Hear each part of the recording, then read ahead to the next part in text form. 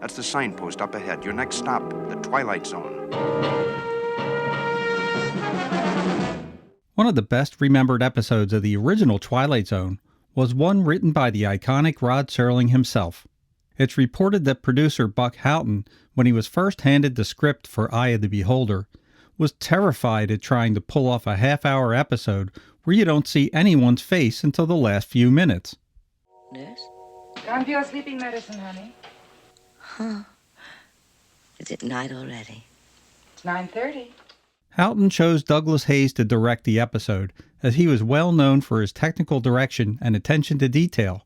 Hayes keeps the action moving constantly, so we never get a direct look at anyone's face, just shadows as the camera moves in a sweeping motion, or a face is hidden just out of view of the camera. You've been waiting so long now. Most of the episode centers on Janet Tyler and is shot from her point of view as she lays in a hospital bed while her facial bandages are slowly unwrapped. For this shot, Hayes had a camera placed inside of a fish tank and then had bandages wrapped tightly around the tank to achieve the effect of Janet looking through the bandages.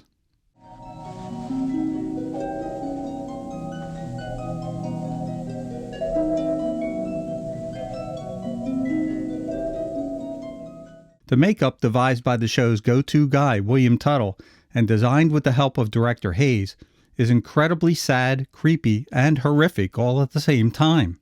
It's probably Tuttle's most distinctive work on the Twilight Zone, right up there with The Masks and To Serve Man. It was also Tuttle's greatest challenge as he had to apply the appliances to a dozen different actors. The normal method that he used was to take a plaster cast of an actor's face and mold an appliance specifically to fit the actor. Because of budget constraints, a different method had to be devised for Eye of the Beholder. He decided to go with foam rubber latex appliances that could be applied to each of the actors' faces. Instead of having to produce a cast of each of the 12 actors, he only had to make 3 castings to manufacture the appliances. In the final cut of the episode, 3 designs can be seen, 2 male models and 1 female model, though at one point, an actress is seen to be wearing a male model appliance, probably to distort the viewer's perception. That was something director Hayes and photographer George Clemens were constantly trying to do in the episode. The latex appliances allowed some of the actors' actual features to show through, which allowed them some freedom of natural expression behind the makeup, making for a more realistic and dramatic effect. Tuttle had previously developed the Morlocks for George Pal's The Time Machine in 1960, and much of the makeup design from that film was used in Eye of the Beholder. Director Doug Hayes was the one who proposed that Tuttle use the Time Machine's leftover appliances to create something equally horrifying for Eye of the Beholder. 2 actresses were used for the part of Janet Tyler. One, of course, was the beautiful Donna Douglas, who played Ellie Mae Clampett on the Beverly Hillbillies, and the other was the never-seen Maxine Stewart, whose face was always wrapped in bandages. It's interesting to note that the bandages that we see on Maxine's face are actually a gauze bandage appliance that could be slipped over her face, so she didn't have to be wrapped up for shooting each day. They actually made a plaster cast of her face in order to create the bandage mask. Stewart's neck and chin still had to be wrapped each day, and if you look closely, you can see where the mask ends above her chin. Since no one's face would be seen throughout most of the episode, Hayes felt that it was extremely important to cast the right voice actress to make the script sound as engaging as possible. He would have the actors audition while he had his back turned, so he could hear what the viewer was going to hear. He wanted the voice to be sympathetic, and for the audience to be able to make an emotional connection to the character, so it wouldn't telegraph the twist ending. Just to feel the air, just to smell the flowers, just to make believe I am normal. Maxine Stewart, who was a former radio actress, virtually carries the entire episode without using any facial expressions. This was a huge responsibility because the whole story relies on how much the viewer connects with Janet and how much they want her treatment to be successful. If they don't sympathize with her, the whole episode doesn't work. Stewart does an outstanding job with the simple use of voice inflections and hand gestures as she goes from being hopeful of success in 1 minute into a hopeless rage the next. William D. Gordon, who plays her doctor, also does an incredible job with just his voice and hand gestures. He is very sympathetic to Tyler, but also has a responsibility as a state employee. We see here that Serling deftly mixes social commentary and politics into the mix by using these fictional characters to state his point of view. Why, nurse? Why shouldn't people be allowed to be different? Why? Doctor, be careful what you're talking about. I know, treason. This is not the first or the last time that Rod would do this.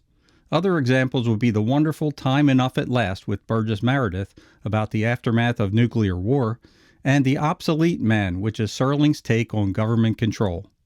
Finally, we get to see the lovely Donna Douglas, who plays Janet Tyler, after the bandages are removed.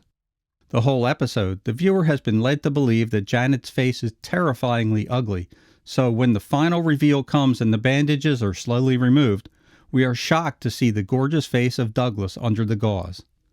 Then we get the smack-to-the-face twist of the episode as we pan over to see the faces of the doctor and nurses, finally revealed in bright light as the grotesque images of William Tuttle's pig people. Turn on the light.